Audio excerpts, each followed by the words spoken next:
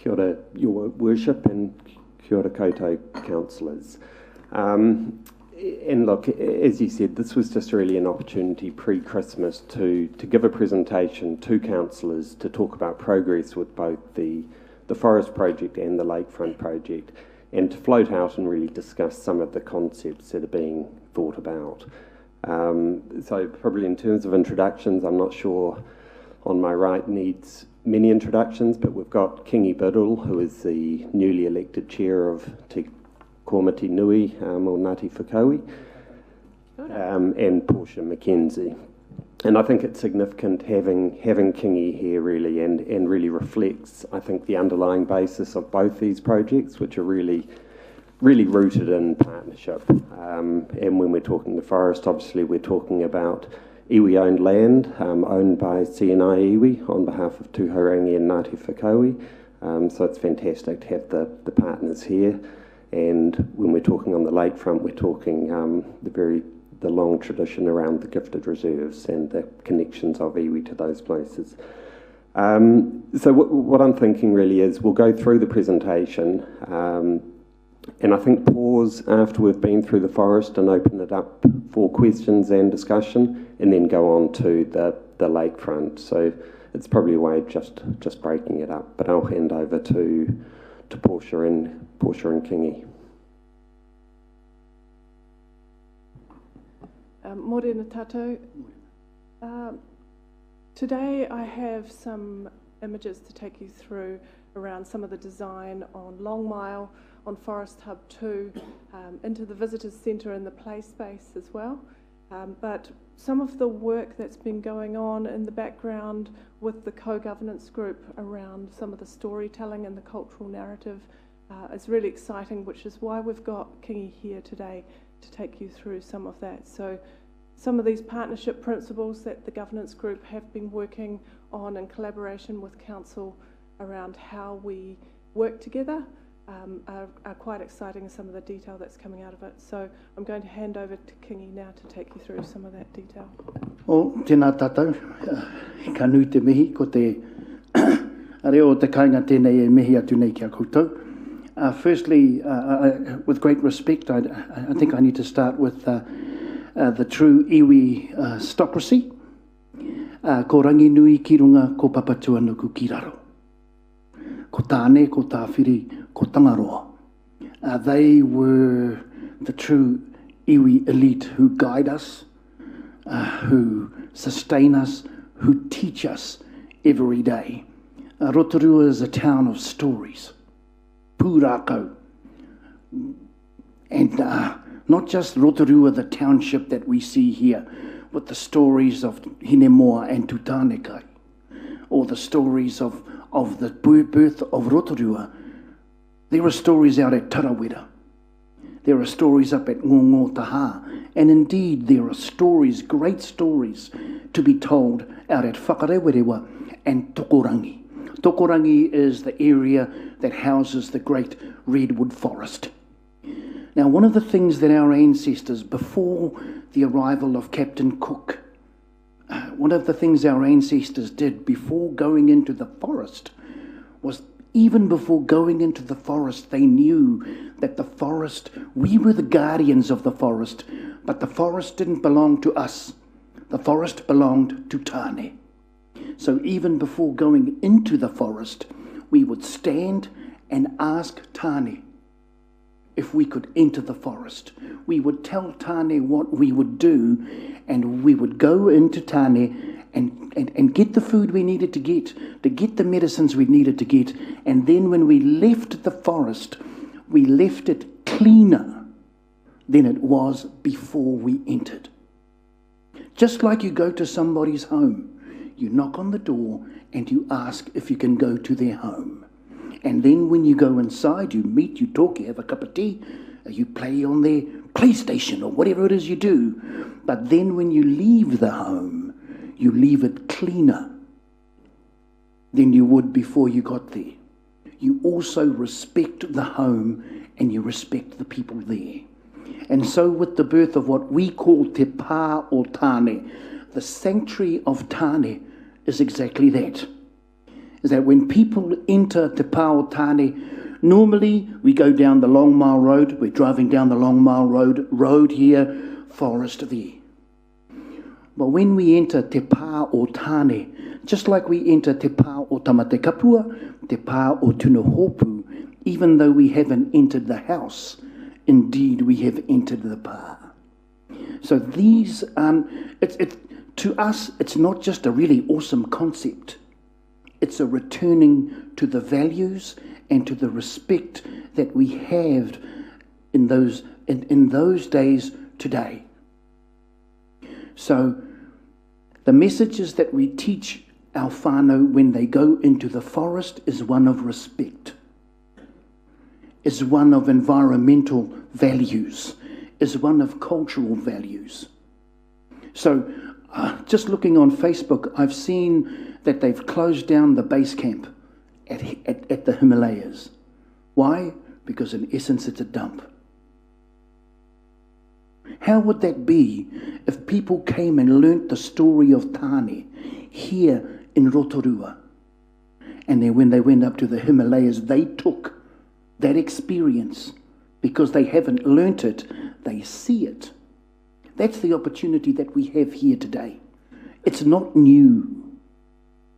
And so with this, the actual design concept has a certain wind that blows through it, like the wind that blows through the forest. And those winds are the values, the ha of respect. And also, though, a pā, when you go to a pā, those who live on a pā know that it's home. We feel at home there. So when we go into Te Pāo Tāne, we're made to feel welcome. People feel welcome. And that's why we don't want to have huge, great big buildings there.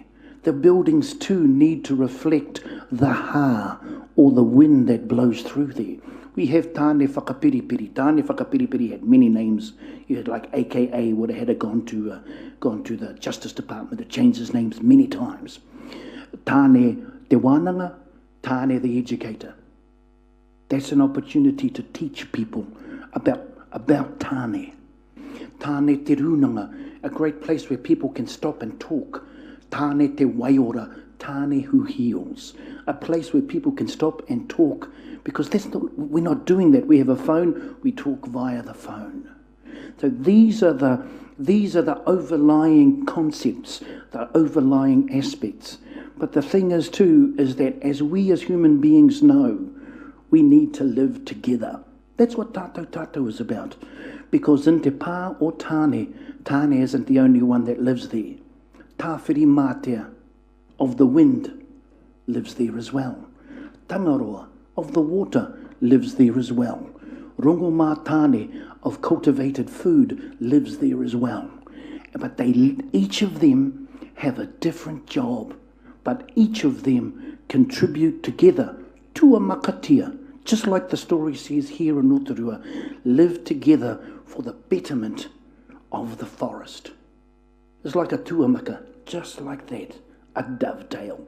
These are the stories there are stories we can tell, but there are also those stories we don't have to tell, that people learn even more about. That's Te Pāo Tāne. One more word, Te Pā, like this, means to touch. Everything's connected when you go to Te Pāo Tāne. Every single blade of grass, piece of wind or tree that is in the area that we call our catchment has a story. What we are doing are wanting to tell the story of Tokorangi and Whakarewarewa in a Rotorua way. Our way. So it's with that, I'd like to say tēnā koutou, tēnā koutou. This is not just an iwi story, this is our story, and we're doing it together. Tēnā tātou.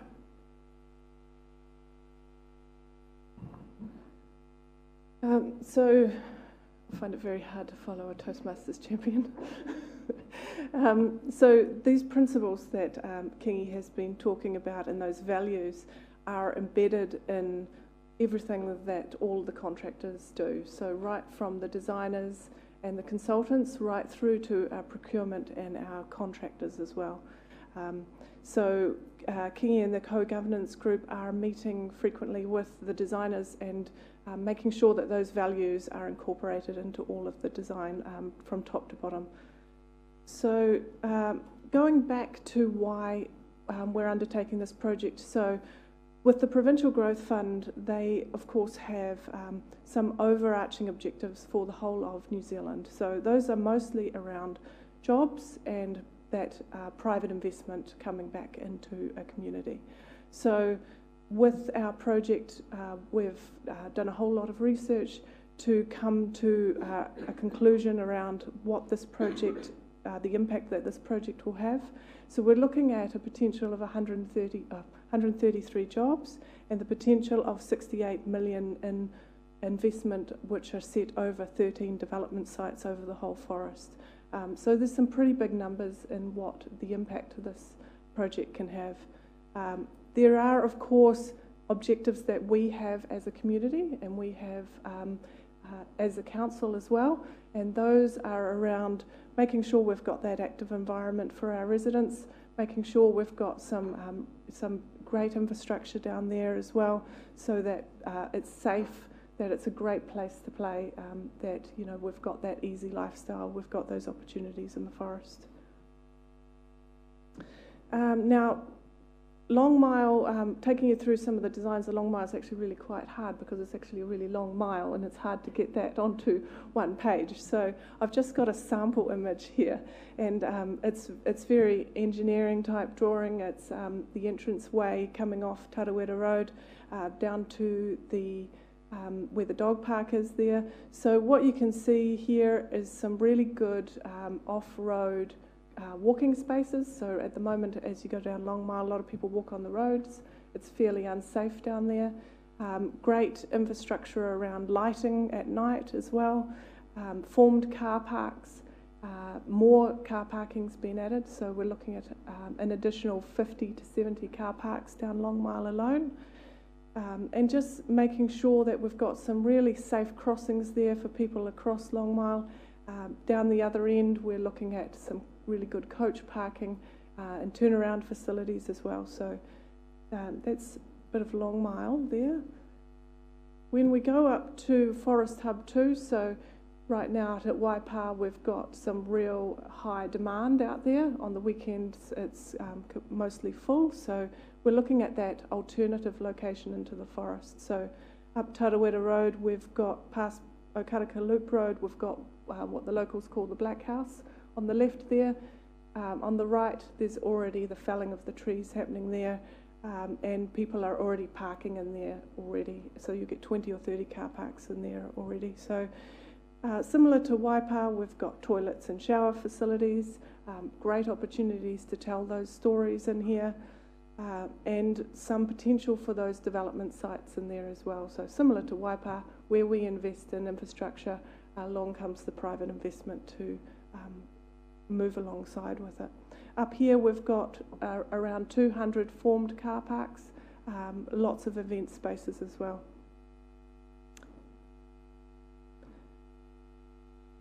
Around the Playspace Inspiration stuff down into the Visitors Centre. So under the Visitors Centre, we're looking at putting in some really great play space activities. So a lot of the feedback that we received through the long-term plan was talking around how we wanted to stay here longer, more opportunities to play. So building on a lot of those values that Kingi was talking about, building on all of the values that people already enjoy in the forest around hut building, around climbing on logs, real natural type play space in there underneath the tree walk. So this is just some of the inspiration images coming from the designers. So just some of the sketches that are coming through around what it potentially could look like, and sort of just a reminder that these are really high level concept drawings at the moment. We want to go through a lot more design detail with lots of children, get them engaged into what do you want to see in there as well, and actually sort of play with that and work with a lot of the children and the local community to make sure that the play space is designed for them. So really just high-level drawings of what the play space could look like underneath the tree walk. There's another example here, another direction. Some great spaces to climb up on top of structures and look down onto the forest into spaces that don't necessarily have to cost you money. Just around the visitors centre, some of the images coming through around the inspiration from the designers. So again, just working heavily with those values that we don't have as much of a footprint in there in terms of the impact on the forest, that the visitors centre sits in and nestles within the trees itself so that the trees take precedence. And then we've just got some of the images coming through around what it could potentially look like. Just down at the visitors centre at the moment, we've got double the numbers in there in comparison to the size of the visitors centre that's needed. So at the moment in summertime, they are actually, the customer services down there are processing people outside of the visitor centre because there's too many people. So we need to make sure that we've got a space in a visitor centre that's suitable for the numbers coming through there, but also, again, telling those stories, those real opportunities to tell those stories right there before they go walking around into the forest. So just another image there of what a potential cafe could look like into the forest. Opportunities there to picnic, bring your own lunch down, and or purchase something and stay longer as well. So just what's next in terms of the forest. So we've gone through an EOI process to select some contractors, and we've brought it down to 4. We got some really good numbers of contractors willing to be part of this, and I think it was probably around the Provincial Growth Fund announcement that got a lot of those contractors excited. Tenders close at the end of this month, and that's for Long Mile and for Forest Hub 2. So not on the Visitors Centre or in the play space. That's going to continue that work around there. So really Long Mile is looking to start in February of next year, depending on what those tenders come in and say. We're also working through the Provincial Growth Fund contract with MB out of Wellington, and we're looking to bring that contract back to you on the 13th of December. So that's it from me. If you have any questions on the forest project, willing to take questions on the forest. Could I just ask one about uplift? We did talk about the potential for uplift. Is that not included at this stage? I think the philosophy we're really taking, as Portia said, is for us to focus on getting the infrastructure right, and then for the opportunities for others to take advantage of that. So whether it's up at Forest Hub 2, there's, if we get the basic infrastructure right, the car parking, the toilets, those spaces, then there's the opportunity for others to come and say, actually, we see this is something we want to invest in. So it's not something we would see as public money, but I think we're creating the opportunity.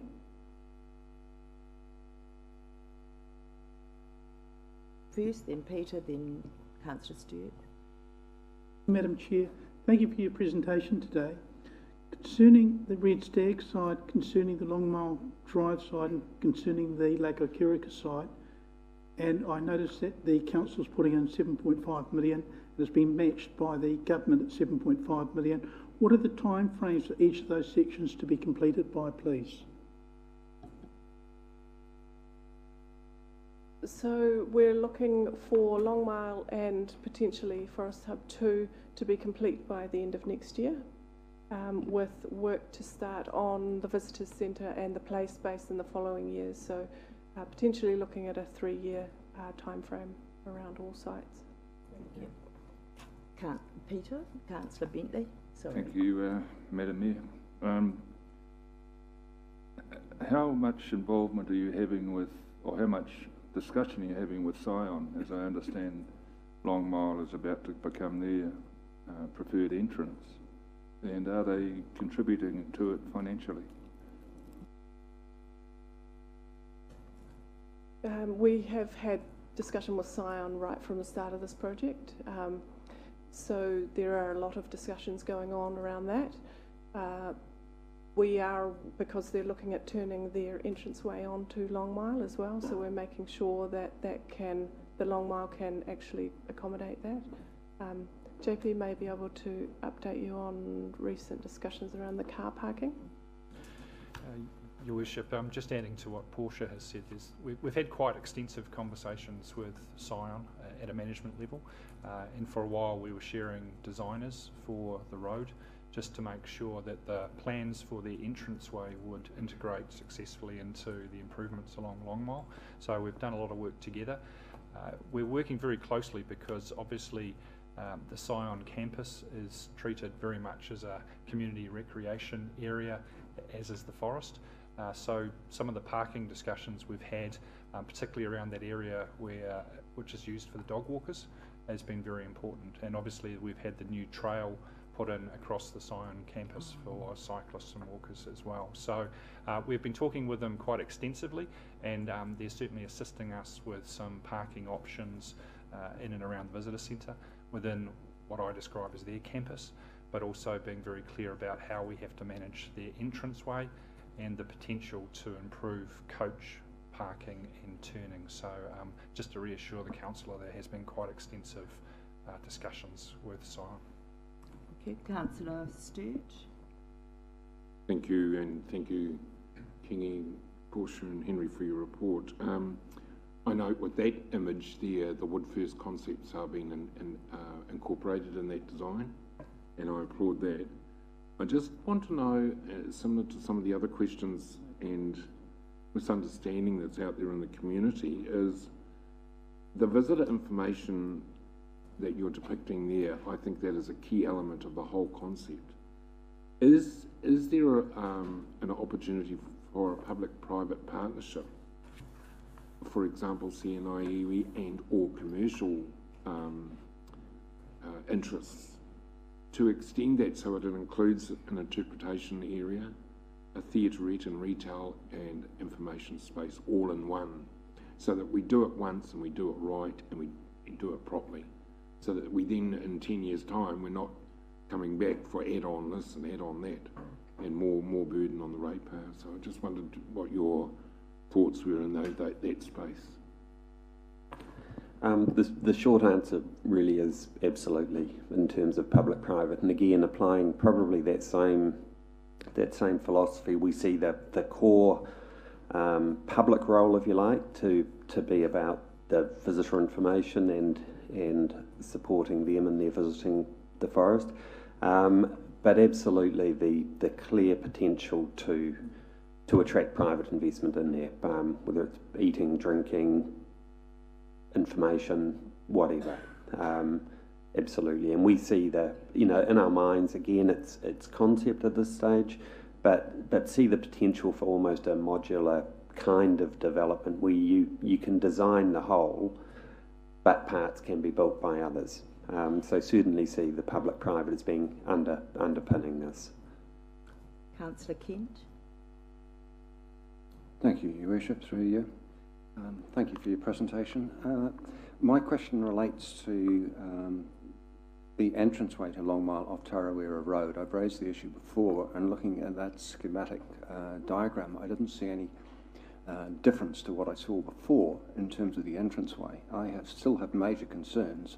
If you're going to have all the traffic going to Scion at various times at the commencement of work hours and so on, I can see traffic back right up to the Whakarewarewa roundabout. So I want to know what sort of provisions are being made to actually calculate the likely throughput of traffic going in and out, both in north and south, because currently you've got one lane up Whakarewarewa Road and one lane down. The rest is all cycle lanes and parking. I hear some mutterings about whether that's Stavros, but JP can answer that. I will bravely make some comments about traffic management, and Stavros can correct me with a mint in the back of the head if I'm wrong. Councillors, it has been quite a significant discussion. We've commissioned Opus to do a significant amount of modelling and also to consider the proposals for the redevelopment of that Tarawera roundabout. So NZTA are looking at that, so obviously the implications there on that corner, and with the recent developments that are underway now, there is a concern about what that creates as far as traffic implications in that intersection. So the way that designers have come back is that just to make sure we've got some clear turning lanes, so they have integrated what's being proposed for the Tarawera roundabout into the decisions that have already been made around those current developments at that intersection, but also to extrapolate it back up Tarawera Road. So that's why we've kept Opus in the mix there, because they're critical to understanding the total picture. So I think your concerns have been acknowledged and certainly been built into us using a single designer for that roading solution that integrates all of those areas together. And a nod from behind. Councillor Rotorua. Thank you, Madam Chair. Thank you so much for your presentation this morning. It's rather exciting, and look forward to seeing it completed. But my question is, you know, when you're putting the designs together now and the sketches, Henry, have we got some young people involved at this early stage? You know, because a young person's lens is quite different to an older person, and I would really love to see them come in as early as possible, so they're helping to shape it as well. And they obviously will be some part of the storytelling in the future too. So I'm just wondering if we can get some young people in as soon as possible. If they're not already there, they may well be assisting you. Thank you, Madam Chair. Can I just add that, remember when we had the exhibition in the Galleria from Linmore Primary School, that was all about the big moves and what did they dream to see there, and they have been captured by council staff. So I'm sure there's more there. Portia? Yes, that's definitely the next step. So we're looking to gather together a whole lot of young people and do a whole lot of engagement around what they would like to see in that space and make sure it's included into the design and the detail. Thank you very much, and I just hope that we will get them in sooner rather than later, because sometimes they're just presented with a great idea that they can nod to, and we don't capture some of the innovative thinking that young people do have. So thank you, Madam Chair.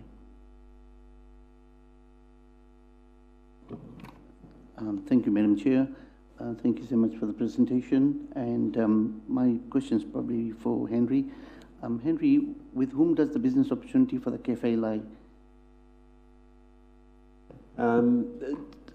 Really, whoever's interested.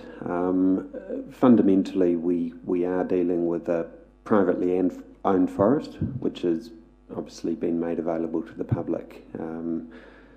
So it's a combination of discussion really with landowners, with us as forest managers, with iwi as mana whenua, but the process will be open to look at the best options.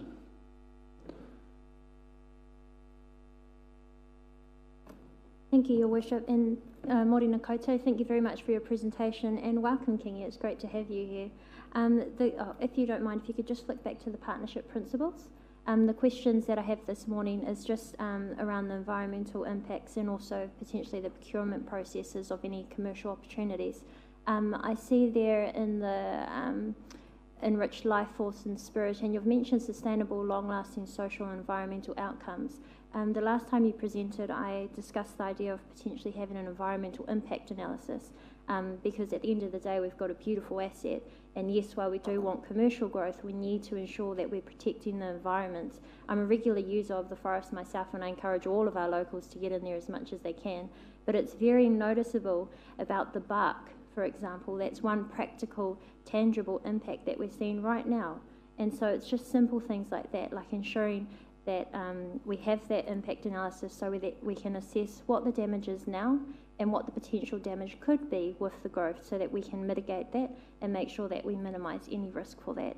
And alongside that, I think is also a very unique opportunity for Rotorua to help to promote what we're really good at, not only manaakitanga for our people, but also looking after our environment. And commercial social responsibility is probably the new buzzword for what we call that, which is a value that we've always done, but something that we need to incorporate into our business practices. So commercial responsibility, I think, would be key to be asking for in any commercial procurement process of any entity that goes in, whether it be a cafe, even our own eyesight, to make sure that we're not leaving behind anything that could damage the environment, because at the end of the day, this asset is going to be for future generations. So just to recap, question on whether there could be environmental impact analysis or just something to make sure we mitigate risk. And then secondly, is there an opportunity within procurement process to make sure that we're putting these principles into practice? And I think the quick response is yes. We see these principles as underpinning all the process from design right through to procurement. So absolutely. And we're in I think we talked about it back when we were talking about co-governance models for the forest. We've got an interesting and almost unique situation in terms of the governance of this place where any one of the parties to the governance arrangements, be it the landowner, be it forest managers, be it iwi as mana whenua, have the ability to say no to anything really. Any one of us can say no. So the exciting challenge for us is this is a really cool partnership, and so everything that goes ahead in there will be based on a partnership approach, because that's actually the only way we can make things work. Councillor Hunt, I'm just aware too of, we've got the lakefront next, so questions first. Did you want to? I'll be really quick, Madam Chair. Thank you very much for te rao ngā pātai. Councillor Tipsel, I think you've hit the nail on the head, as it were, because for so long the view of humanity is that the forests belong to us, as opposed to the other way around, no te ngahere tātou. We are from the forest, and so we belong to the forest. So these are the values that we need to, these are the stories that we also need to be putting in, that we need to be telling as well. Thank you. Not just the story of Tokorangi and Tāne, but the story of kaitiakitanga, the story of manaakitanga, so that, because we need to find ways to start teaching people to look after the forest and the relationship that we have. And Raj, in terms of your kōrero about the cafe, I think also the wind that blows through there is also the manaakitanga, that is, whoever gets the cafe, the service strategy, the manaakitanga strategy also needs to be reflected there as well. Thank you. Councillor Hunt. Thank you. Mine's a bit more pragmatic, really. It's really following on from Councillor Tapsel's issue of sustainability. And Kingy, you mentioned the size of the building not being dominant in there, and I wondered, was there a sense of how big the modules could be before you got to the point where they actually became dominant, to preserve that, and how you'd manage that, and also whether things like a green roof were considered, and again with the tree leaf litter, green plants may not be suitable, but whether for water conservation, and whether triple glazing had been considered, because it is in the middle of winter, it is very cold in the forest, and just from making it a completely sustainable green building, here's our opportunity. There's enormous push in that direction, and I'd really like to know that we took all those opportunities. So have they been, and I appreciate they do add cost to it, but also they save further down the track in operation. So I just wondered. Yes, these are definitely concepts that will be included within or considered within the buildings. It's very hard to give you more detail now because we're really at those early stages, but we will definitely come back with a lot more detail around some of that stuff you're looking for. We'll move on to the lakefront, but I just point out that in the pamphlet, we can all see that it's quite a high-level schema, really, proposal, and now we're getting some real flesh on it, and perhaps that's why some of the public didn't quite get it to begin with, but it's an ongoing iterative process as this keeps evolving. So could we move now to the lakefront? And thank you very much, and Kingy, thank you for your cultural perspective in there. Some of us have never heard it, and it adds value to the story and our understanding. And could I also welcome the Lakefront Advisory Board who are here today to hear the next presentation on the lakefront. And is it just Portia and Henry? Right.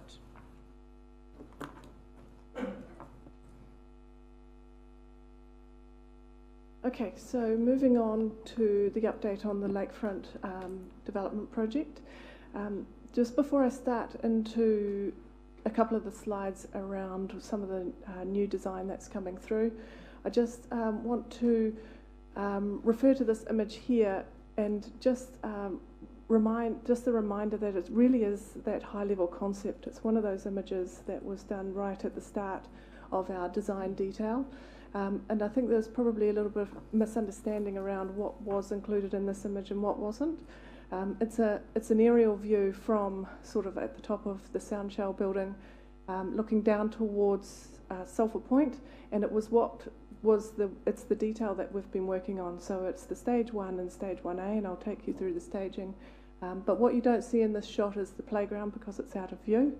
And you also don't see in this shot where the ticketing offices and the food and beverages. So just taking you through that shot there. So why are we undertaking the Lakefront Development Project? So back to the Provincial Growth Fund objectives around jobs and private investment. So a lot of the research that we've undertaken through part of our application, there are a lot of sites that sit around the outside of the lakefront site, and they've sat there for a long time, either empty, undeveloped, waiting for redevelopment, with resource consents against their sites as well. But really, these developers have been saying we're not prepared to invest when the quality of the lakefront is looking in the state it is. They're saying, if you invest, then we're prepared to invest as well.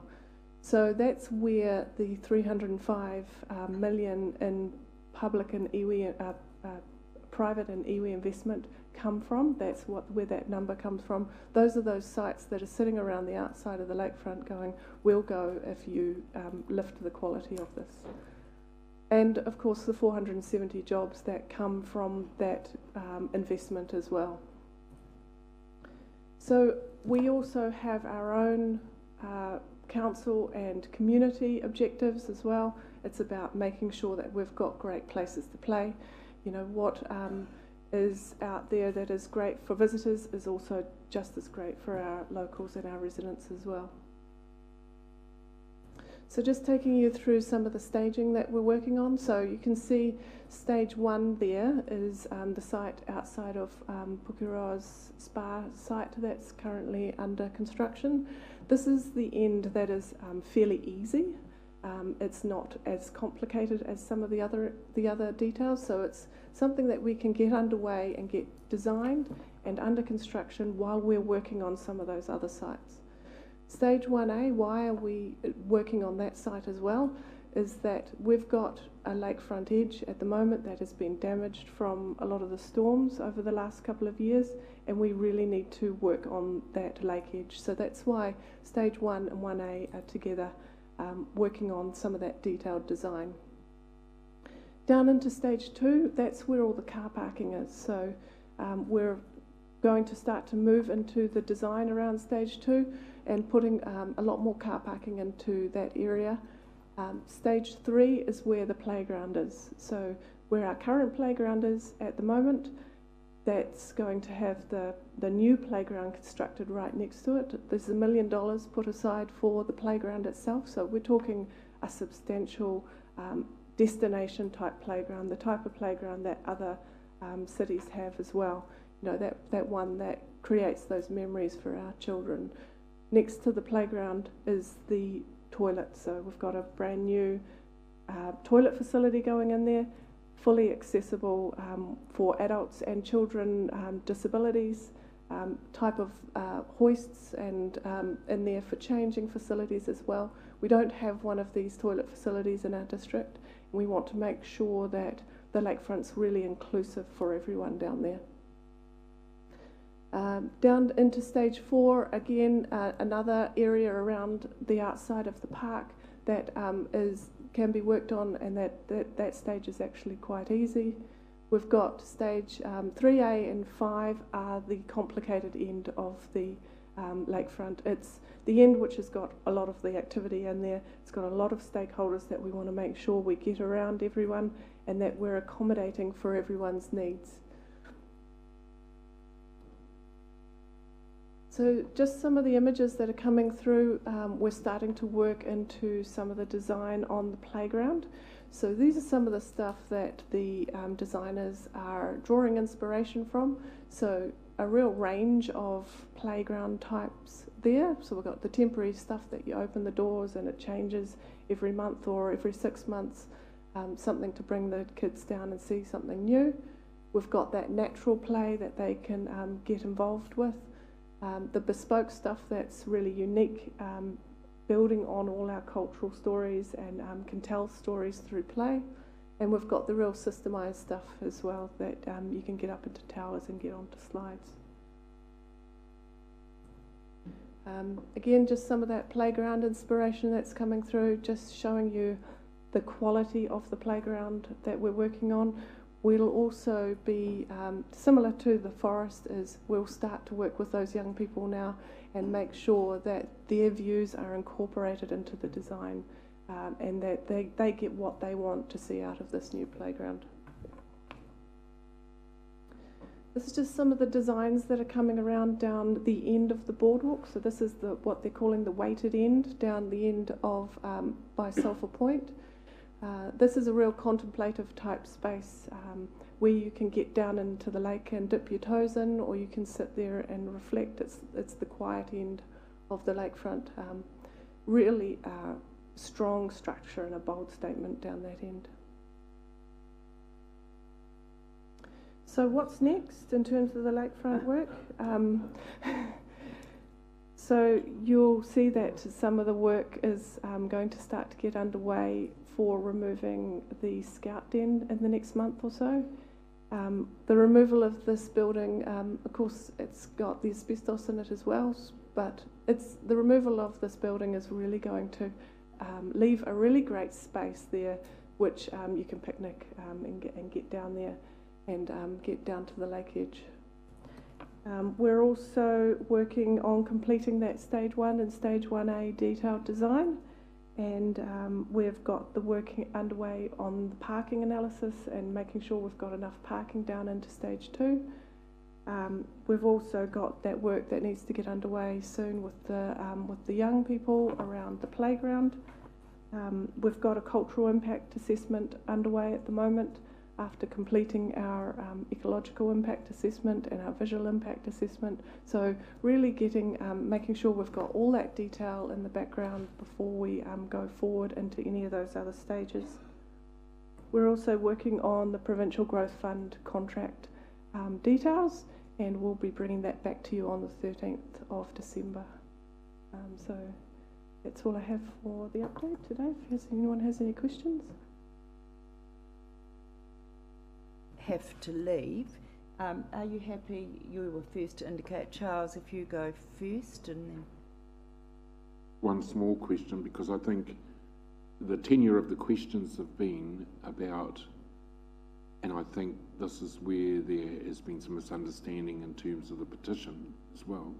We're not talking about I'm not going to debate the petition, but the collaboration between all parties. For example, I absolutely love what you've done here in Tato Tato, because it allays a lot of the myths in terms of the view that the playground wasn't going to happen and that we're going to have less car parks, etc., etc.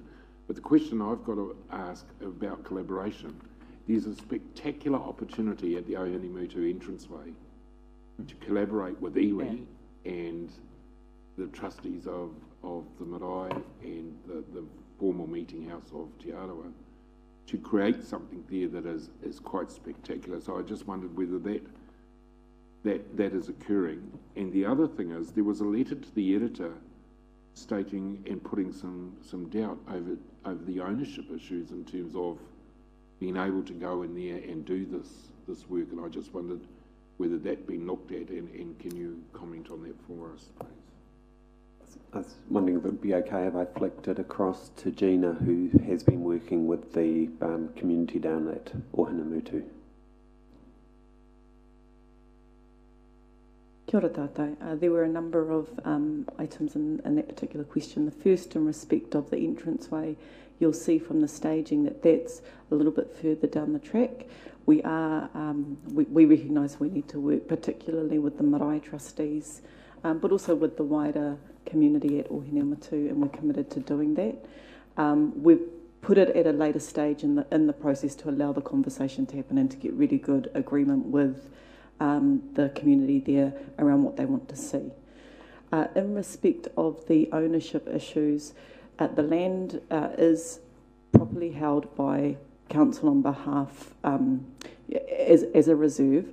There is a gifted reserves protocol that applies across that, which is binding on council. That provides that Pukeroa Whata Trust are the representatives of Ngāti Whakaue. There is an extant treaty claim in respect of part of the Lakefront Reserve. That is a claim against the Crown. So what we have already done is we have written to Te Kōmitinui o Ngāti Whakaue, which is the mandated representative for treaty claims generally, and assured Te Kōmitinui that nothing to do with the lakefront development will be used by council as a means to impede any future settlement discussions.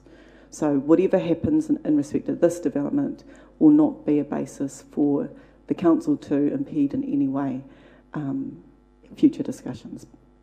Okay. Councillor Donaldson and Councillor Kent. Thank you, Worship. Through you, thank you for a great presentation, busting a few myths there regarding the percentage of iwi benefit to be derived from the project. My understanding also regarding the playground is that the existing one remains until the new one is completed. When I was down there during engagement around the LTP, a lot of feedback from people patronising the playground, so that's good. But my question is regarding the funding agreement that you touched on at the end, and it's probably a question for JP, because when Minister Jones addressed the Regional Growth Forum earlier this year, he specifically referred to this project, and he said that it needed to show quality and pace.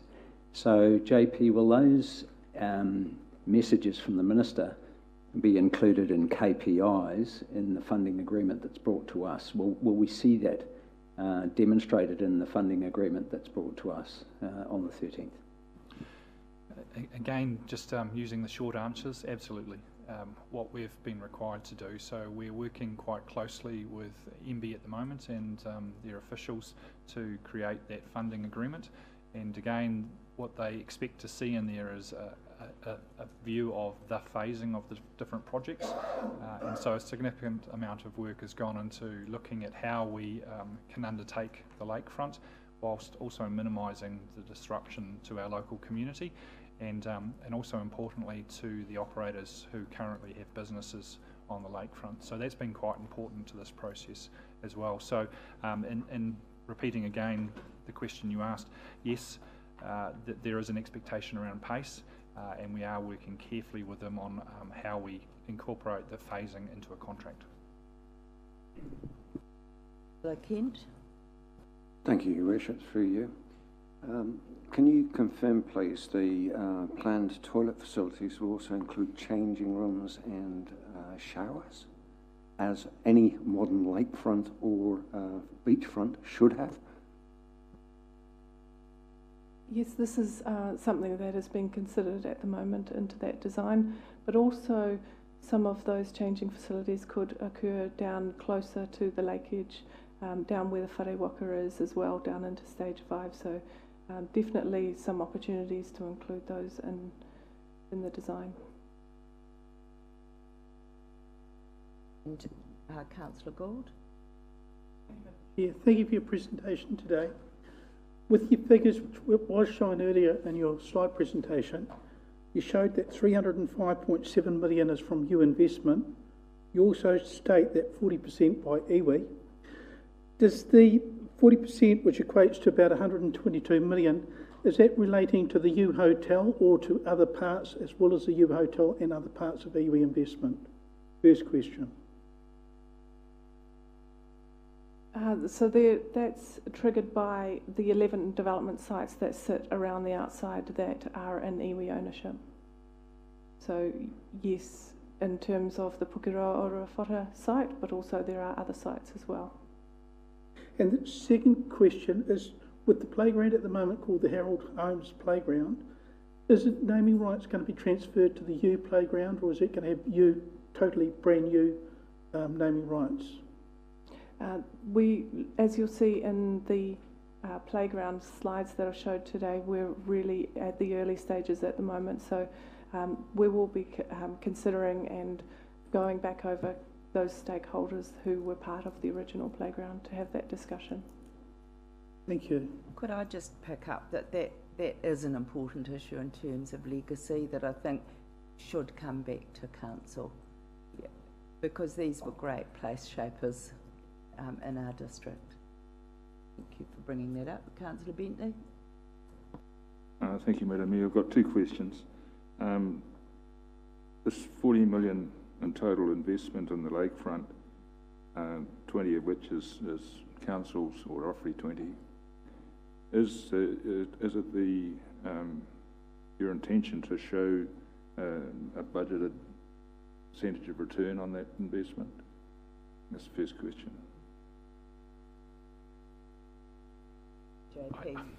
Through your worship, one of the requirements of the Provincial Growth Fund is the government's expectation of seeing some ongoing economic impact. So with us having done some analysis of the potential of investing in the public domain, creating private investment, the government is keen to track that, and so they are interested in identifying where that external investment is coming from and where it's going to, and also the potential leverage in the way of job creations. So one of the key aspects of the contract we are proposing to bring to you on the 13th of December, councillors, is that it will include not only a phasing discussion, so that sets out the expectations around how the project will be unfolded and those stage gates for funding, but also identify a number of key performance metrics that the government is interested in seeing reported on an annual basis. And so for them, we've had to identify a sort of a precinct around the lakefront so that we can actually track the amount of private investment that is going into those areas, hopefully reflecting the $40 million uplift on the lakefront. So those key metrics are being identified and will be reported not only to council but also to MB. Thank you. And my second part of the question was, how is council going to fund this? Is it going to come entirely out of new borrowing?